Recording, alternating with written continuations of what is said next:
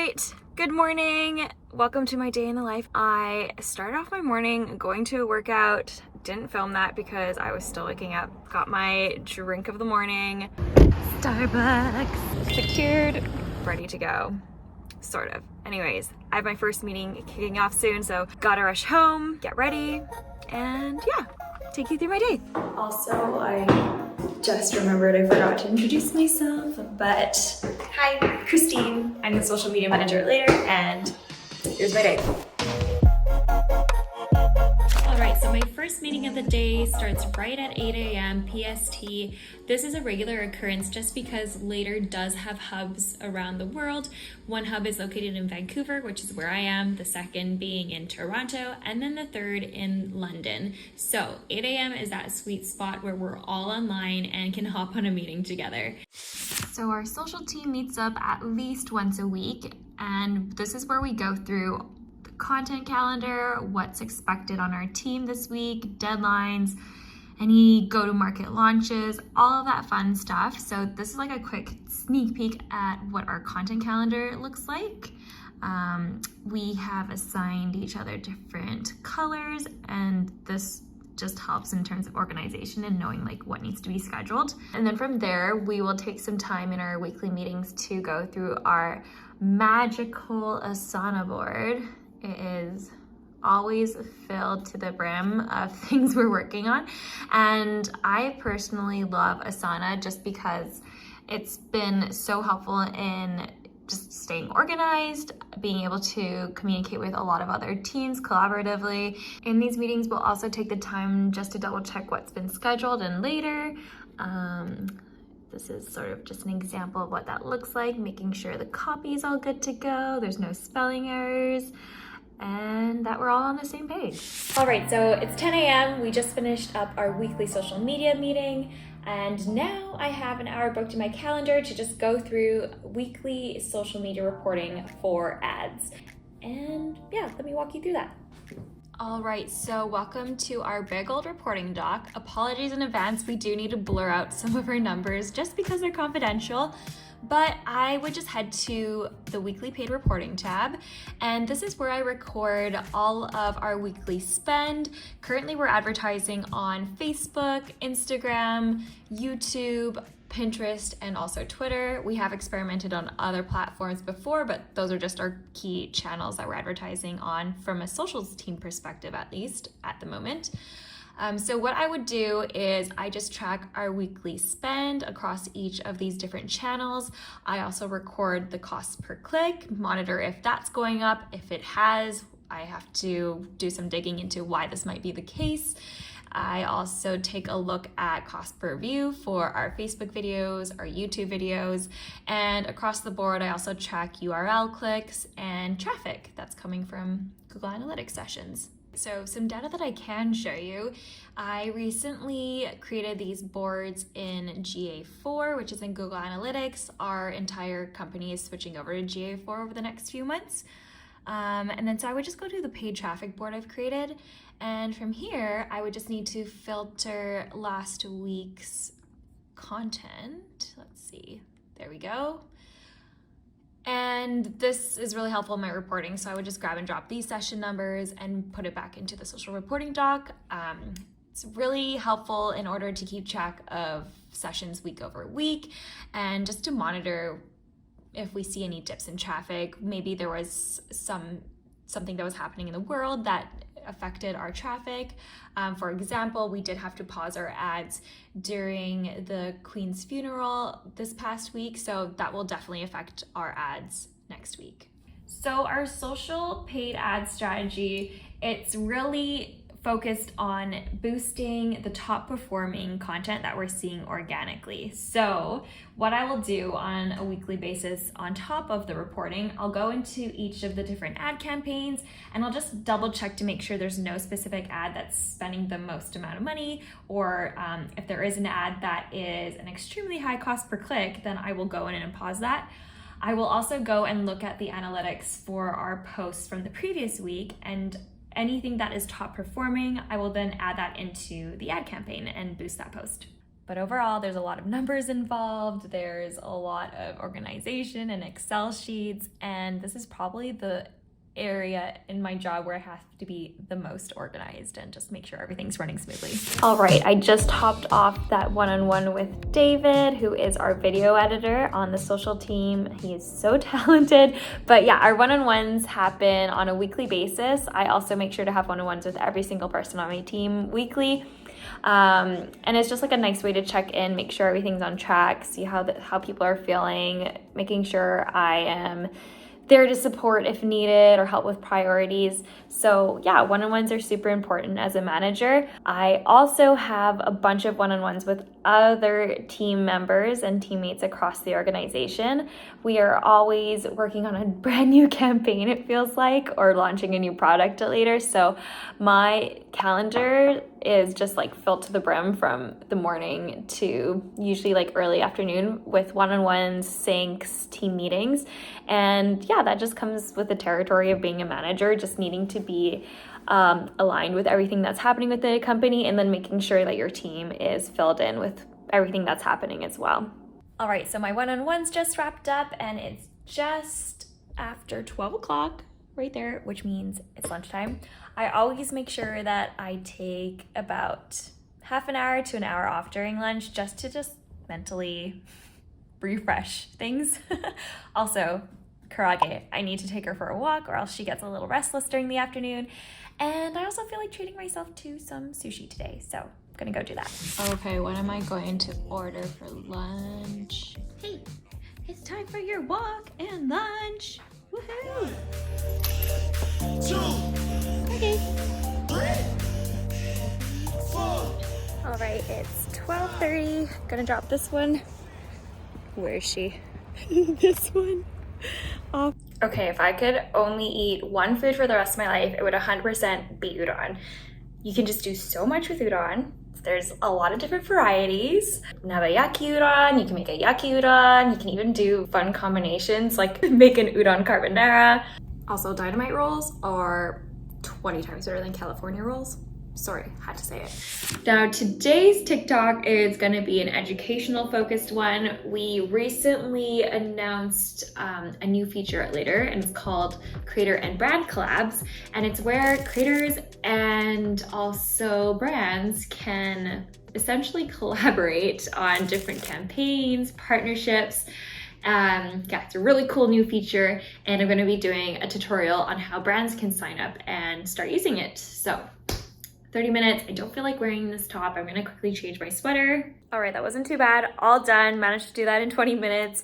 I used green screen. I also did a lot of filming of my computer to sort of walk people through the tutorial.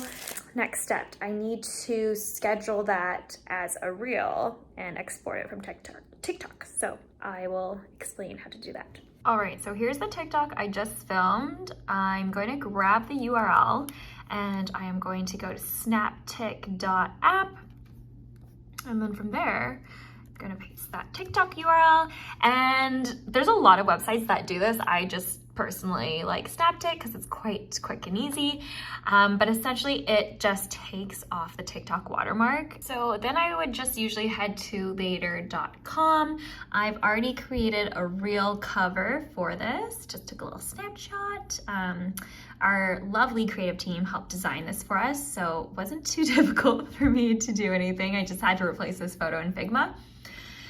Then I'm just gonna grab this TikTok video we exported without the watermark. And then once it's loaded, I am going to select the reel cover and also the video. And I wanna schedule that for tomorrow afternoon. So I'm just gonna drop that there, change that to set notification. And then I'm just gonna fill out my caption, add a link in bio, and schedule that for tomorrow. And there we go. Copy is in, and it's set to send me a notification in the app tomorrow. So with Later, there is auto publishing for Reels available. However, I didn't have time today to go in and edit the video and add captions on Instagram, add a transcription, etc. So I want to still do that. I just unfortunately didn't have the time. So that's why I set it as send a notification in Later so that I can then add in my captions once I go to publish this reel tomorrow. So little tip or workaround on how we do things here. Oh, I also really wanted to include in this video a site I use for finding trending sounds on TikTok. So I should have mentioned that before I scheduled the reel, but let me just show you. I've searched through a lot of trending sound TikTok sites, and this happens to be my favorite one. I think, like, personally, I find it the most up to date, but you can find all of today's trending sounds here. Categorizes under rising, what's popular.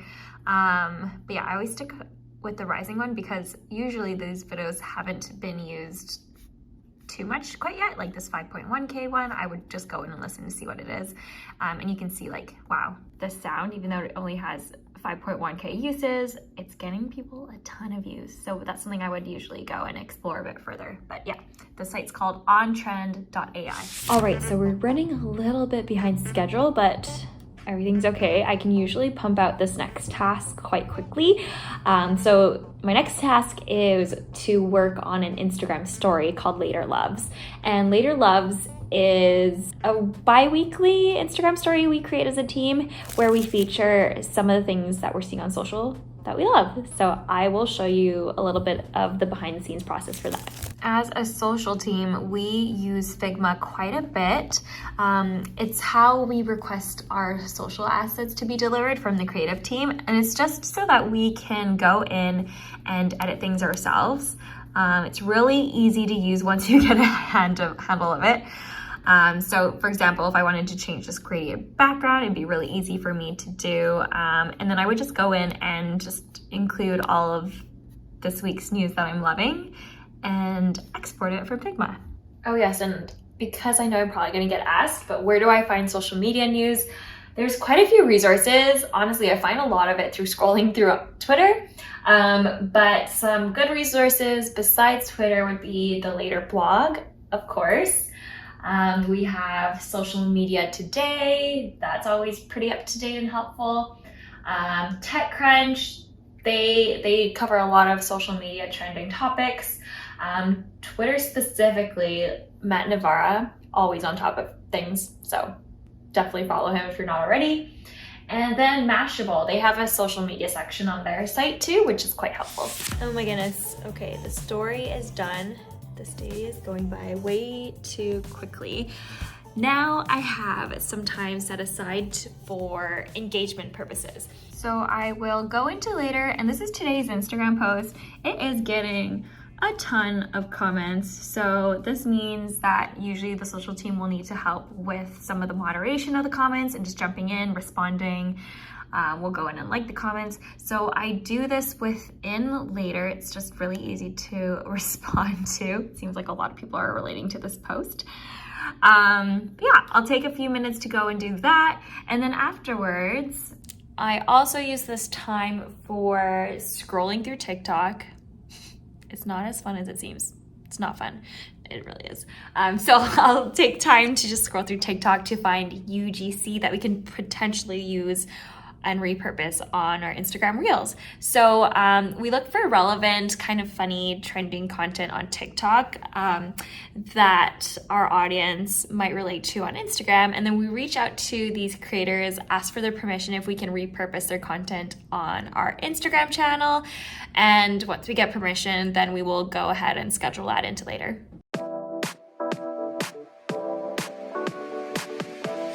All right, it's time for the second tea of the day. This time around, we're doing a jasmine green tea because we're starting to get sleepy. What you looking at? Another perk from working from home that isn't talked about enough is being able to do your laundry in the middle of the workday. So now okay, let's see. It is 3 p.m. and I have time set aside to plan our next YouTube shoot, which is happening on October the 6th. So, unfortunately, the location where we usually shoot at, it is currently booked. So this means I need to do some additional research into some extra potential shoot locations, and then I'll send that off to David, who is our video editor, to make sure he's okay with the lighting and everything fun like that. And once I get his okay, then I'll book the location spot. I also need to send over a schedule to the team. Usually we have 3 people who will be on camera, myself included, for these YouTube shoots, and it's a full day activity, 9 a.m. to 5 p.m. This includes setting up the equipment, running through each script, doing that a few times. We all go over a team lunch, which is quite nice. Yeah, so in advance to these YouTube shoots, we do these once a month, and I will send over a schedule just so the team is aware of what time they need to come into the studio at, and just to make sure we're all aligned with what outfits to wear, the location, all that fun stuff. So first off, I need to find a new location.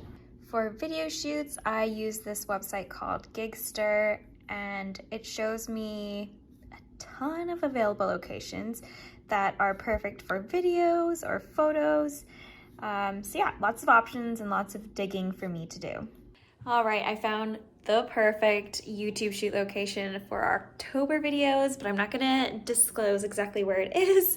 You'll have to wait and see and watch our October videos. So now I get to check things off on my Asana board, and I am going to walk you through a creative brief I'm working on. And all done. Woohoo! Right, so this Creator Lens social brief, my next task. Now, I already started working on this creative brief earlier in the week, so I don't have too much to do, thank goodness, because I have 30 minutes to work on it. We are now at 4 p.m., so closing in on the day. Yeah, so let me just walk you through exactly what we include in our creative briefs. Now, our creative briefs for larger campaigns are usually combined with all of the other teams that need requests. So that includes email, lead gen, demand gen, the blog, of course. So yes, tons of teams. You can see these are pages upon pages of requests. Our poor creative team, just kidding. They're amazing. So some of the requests that we will ask for social team are Instagram grid posts. We'll also add in story requests, Reels covers, just general creative assets that we can't normally create ourselves in either Canva or by creating our own video content. And I'll also make sure to include some additional ads for our boosted ads, specifically for Twitter, Pinterest. Our demand gen team handles all of the other advertising, so I just handle the areas where they are not promoting, which would be Twitter and Pinterest for this specific campaign. Oh my goodness, I haven't fully touched on this yet today for some reason, but our company communicates mainly through Slack. So we have our own social media Slack channel where people within the company will just pop in and ask us questions throughout the day. And this happens fairly often. So I'm usually checking our Slack channel in general for any updates a few times every hour. Sometimes we get time sensitive requests and I never want to miss those. So that is also something I'm doing throughout the day. Can I help you? All right, I'm just wrapping up some last little bits and pieces before the end of the day. I've just submitted that creative brief, that's all done. I've scheduled in another reel for later in the week, just in later. And now, before I head out, I need to optimize a YouTube video that is scheduled to go out tomorrow. So I can walk you through some of the things we do as a team for optimization. So there's definitely a lot of thinking and strategy behind optimizing YouTube video content. Some of the main areas we look at, well, first off, have a tool that will come into good use. We use TubeBuddy and we absolutely love it. It is so helpful for finding keywords and just making sure that you are optimizing your videos just to the best of their ability. Some major components that you need to look at when optimizing YouTube videos is making sure that your title is SEO optimized. So make sure to do your research in advance about your title and what other people are searching for. And then you're going to go into your description. So we always make sure to include some additional CTAs and then timestamps. We always include those just because it's a lot easier for people or your audience to find out specific areas in your video so that they don't have to just wait and watch the whole video if they don't want to. And then we always include some additional resources that are similar to this video that the audience might have just watched. And we also include all of these CTAs. So these just lead back to our newsletter, our social media channels, etc. And then finally, in the description, we always include some hashtags that are relevant to the video as well. And here, this is probably like the biggest area, and TubeBuddy helps us out with this, but we always make sure that we are using the correct tags and keywords. This really helps people find your YouTube video content, and it also helps you rank. So for example, our goal is to obviously get number one in terms of searchability for our video content. This one specifically, how to create a social media report. So that was our very first keyword, how to create a social media report free template. And then, yeah, just make sure that you utilize all of the 500 characters to the best of your abilities. All right, it is 5:15 p.m. We've made it through another day. Now, some of you watching this might be like, how the heck are you logging off at 5:15? Aren't you a social media manager? Yes, to be quite honest, some days are a lot harder than others where I will log off later in the evening. I'll do some work after dinner if things aren't wrapped up. But for the most part, I do my best to try to log off as close to around 5 p.m. on the regular basis. Just for one, trying to set a good example to my team and making sure that no one ever feels pressured like they need to make work their life and that they need to just be working into the evenings. And number two, I think for me personally, I've been in this industry for, close to 10 years now. And it's honestly, it can be really draining at times, especially being on social media. You are just surrounded by a lot of negativity, unfortunately, on the social channels. And it's hard to just separate yourself from that sometimes. So this year in particular, I've made a lot more of an effort to just try to separate my work life and then my outside external life. So if you can do it, please do it. Your mental health is number one. Gotta put yourself first. So thank you so much for taking the time to watch this entire video. I know it's a long one. I hope you were able to just learn a little bit more of what a social media manager day in the life actually looks like. I tried to make it as real as possible. But if you have any questions about social media management in general, if you're wanting to get into this industry, feel free to drop your comments in the comment section. I am more than happy to just go in and answer them all myself. I promise it'll be me answering. But yeah, thank you so much for watching. And if you haven't already, subscribe to Later. We provide all of the regular social media updates, tips and tricks, and we are also a pretty cool product. So follow us, subscribe, all that fun stuff, and I'll see you in the next video.